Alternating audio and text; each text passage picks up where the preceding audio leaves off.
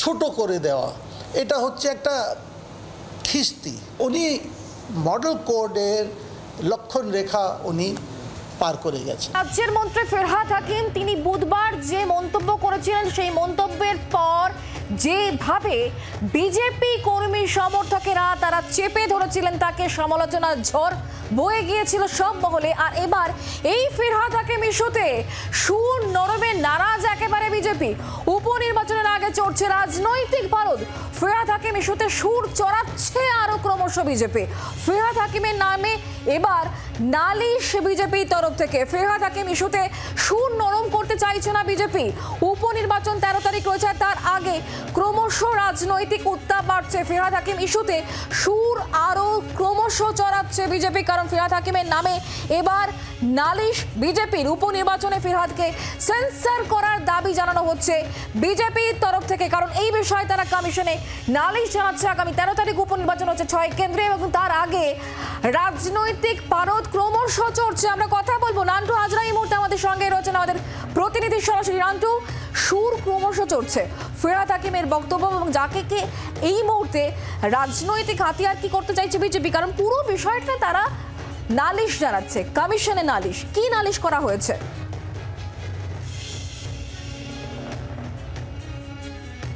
একেবারেই বিজেপি কিন্তু সুর নরম করতে চাইছে না এবং সেই কারণেই আজকে বিজেপির দুজন প্রতিনিধি দল তারা নির্বাচন কমিশনে যায়। তার কারণ 13 তারিখে উপনির্বাচন রয়েছে 6টি বিধানসভা কেন্দ্রে এবং সেখানে গিয়ে সোজা ফিরহাদ হাকিম তিনি যে মন্তব্য করেছেন সেই মন্তব্যের জেরে তাকে অবিলম্বে সেন্সর করা উচিত এবং সেই দাবিও কিন্তু তারা জানিয়েছেন।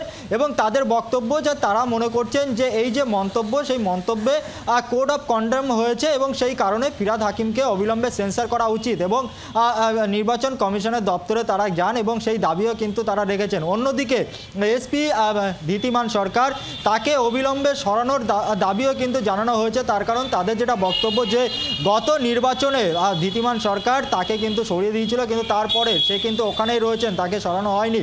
সেক্ষেত্রে দাঁড়িয়ে অবিলম্বে সেই এসপি তাকে কিন্তু সরিয়ে দিতে হবে। এবং তার পাশাপাশি তারা আর একটা আশঙ্কা করছে, যেটা হলো যে এই যে নির্বাচনে যে কাউন্টিং সেন্টার রয়েছে, যে কাউন্টিং সেন্টারগুলো এমন জায়গায় করা হচ্ছে, তাদের কাছে এমন খবর রয়েছে যেখানে তাদের এজেন্টদের ঢুকতে দেওয়া হবে না, তাদের এজেন্টদের কোনোভাবে সেখানে ঢুকতে দেওয়া হবে না এবং সেখানে ঝামেলা হতে পারে এবং সেই সমস্ত জায়গায় অ্যান্টি সোশ্যালদের আড্ডা এবং সেই অভিযোগও কিন্তু তারা জানিয়েছেন। অর্থাৎ সেই কাউন্টিং সেন্টারগুলো সুরক্ষিত জায়গায় যাতে করা হয় সেই দাবি তারা করছেন।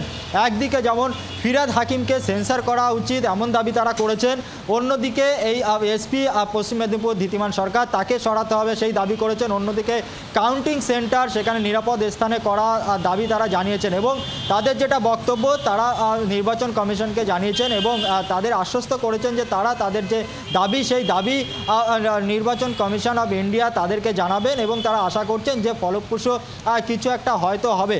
তবে একটা কথা পরিষ্কার যে এই ফিরহাদ হাকিম যে মন্তব্য করেছেন সেই মন্তব্য থেকে কোনোভাবেই তারা সুর নরম করছেন না, বরঞ্চ তারা সুর আরো চওড়া করছেন সুর এবং সেই কারণেই আজকে নির্বাচন কমিশনের দপ্তরে গিয়ে রাজনৈতিক পারদ ক্রমশ চড়ছে যখন আজকে বিজেপির একটি দল তারা আজকে নির্বাচন কমিশনের অফিসে যায় এবং তারা ফিরহাদ হাকিমের নামে নির্দিষ্ট করে অভিযোগ করেছেন তাকে কেন সেন্সর করা হবে না, এই প্রশ্ন তাদের তরফ থেকে তোলা হচ্ছে। বিজেপি নেতা শিশির বাজোরিয়া তিনি কি বলেছেন শোনাবো।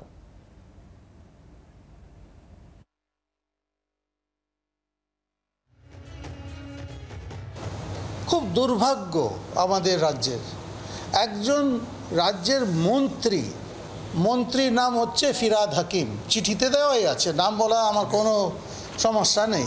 বিজেপি প্রার্থীরকে লক্ষ্য করে কি বলছেন, হেরোমাল, নির্বাচনের প্রচারের সময় হেরোমাল, একটা মহিলা প্রার্থীর দিকে আমাদের প্রাক্তন প্রার্থী, লোকসভার প্রার্থী, বাংলায় আমাদের চলতি ভাষায় এটা এই বলার অর্থ কি হয়, এটা ছোট করে দেওয়া, এটা হচ্ছে একটা খিস্তি। উনি মডেল কোডের লক্ষণ রেখা উনি পার করে গেছেন। মন্ত্রী মহোদয় এটা প্রথমবার করেননি।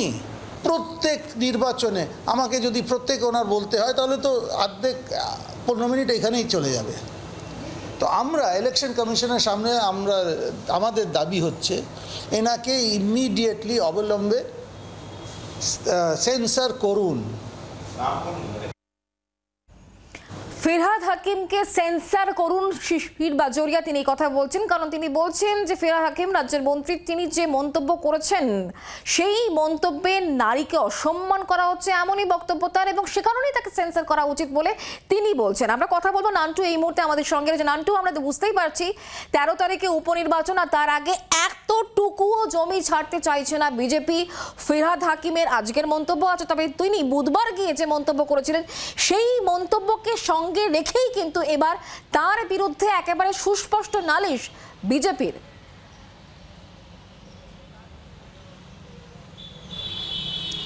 দেখো, একেবারেই তার বিরুদ্ধে একেবারে নাম করে, অর্থাৎ তারা যে চিঠি দিয়েছেন এবং তারা যে নির্বাচন কমিশনের দপ্তরে যিনি আধিকারিক ছিলেন তার কাছে একেবারে যে আলোচনা হয়েছে দীর্ঘ 15-20 মিনিট, সেই আলোচনাতে একেবারে নাম ধরেই কিন্তু বলা হয়েছে যে, এবং তিনি যে মন্তব্য করেছেন সেই চিঠিতে সেই মন্তব্যেরও কিন্তু উল্লেখ রয়েছে। সেক্ষেত্রে দাঁড়িয়ে শিশির বাজোরিয়া তিনি মনে করছেন যে তিনি যে মন্তব্য করেছেন সেখানে একদিকে নারীদের অসম্মান করা হচ্ছে, তাদেরকে ছোট করা হচ্ছে, এবং তার পাশাপাশি এটি একটি সেই কারণেই নির্বাচন কমিশনের দপ্তরে তারা অভিযোগ করছেন, তারা যেটা বলছেন যে অবিলম্বে এই ফিরহাদ হাকিম, মন্ত্রী ফিরহাদ হাকিমকে সেন্সর করা উচিত এবং সেন্সর করুন, সেই দাবি কিন্তু তারা করেছেন।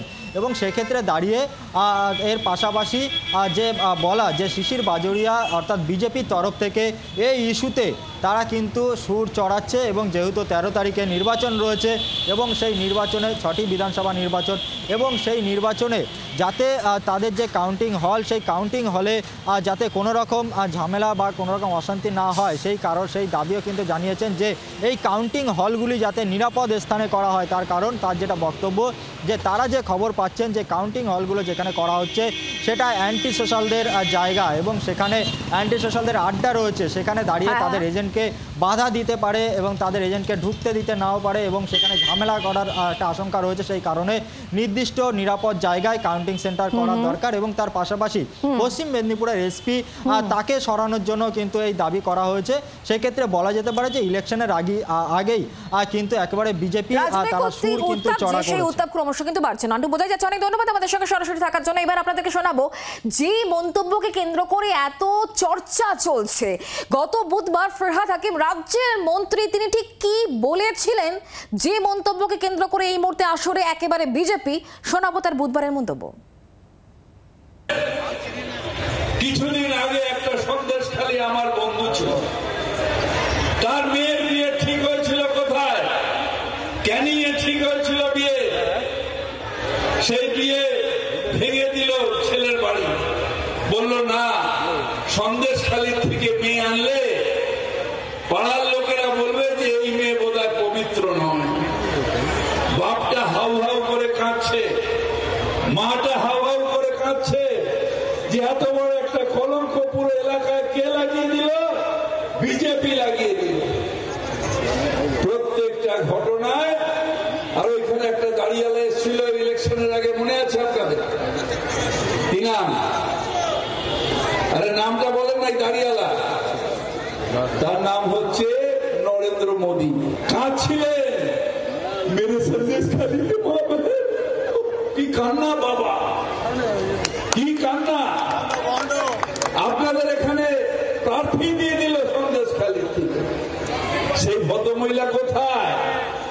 এই তো হাজী নুরুলের বিরুদ্ধে কেস করেছিল, হেরে গিয়ে হেরো মাল, হেরে গিয়ে হেরো মাল, হেরে গিয়ে হেরো মাল, কয়েক লক্ষ ভোটে হেরে গেল।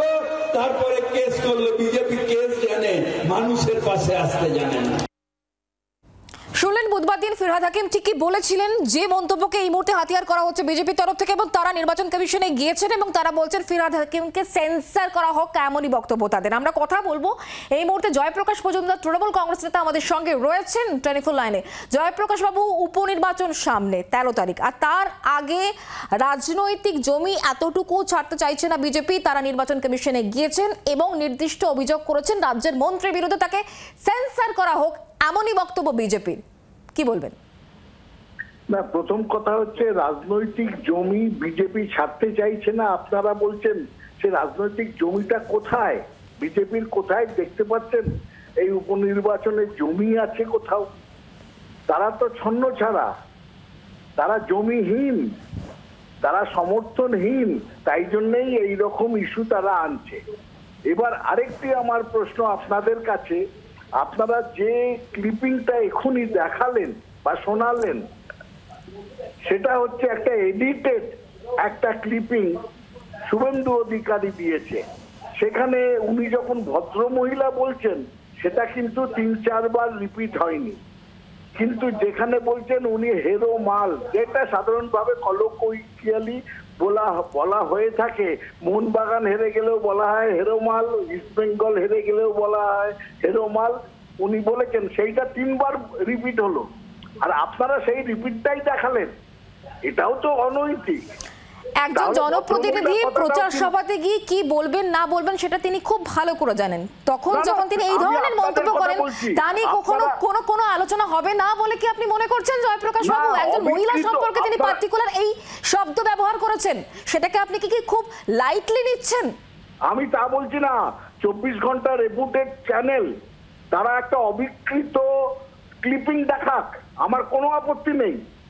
সেটা শুভেন্দু অধিকারী বিকৃত করে পাঠাবে আর আপনারা সেইটা দেখাবেন, এটা তো উচিত নয়। না, তাহলে ফিরহাদ হাকিম আজকে কেন দুঃখ প্রকাশ করছেন? না, দুঃখ প্রকাশ করেছেন তার সেটা বড়ত্ব, তিনি একটা বড় জায়গা দেখিয়েছেন, ভদ্রমহিলাও বলেছেন, সেটা নিয়ে আপনারা বলছেন না। শুরু করেছেন ভদ্রমহিলা, আর হারার ব্যাপারটাতে তিনি যে বলেছেন আমার যদি দুঃখ লেগে থাকে কারোর মনে, তিনি সেটা বলেছেন, কিন্তু আমার আপত্তি অন্য জায়গায়। এটা অ্যাপোলজি চেয়েছেন, কিন্তু 24 ঘন্টা যখন শুভেন্দু অধিকারীর তৈরি করা বিকৃত ক্লিপিং দেখাচ্ছে, সেখানে আমার আপত্তি।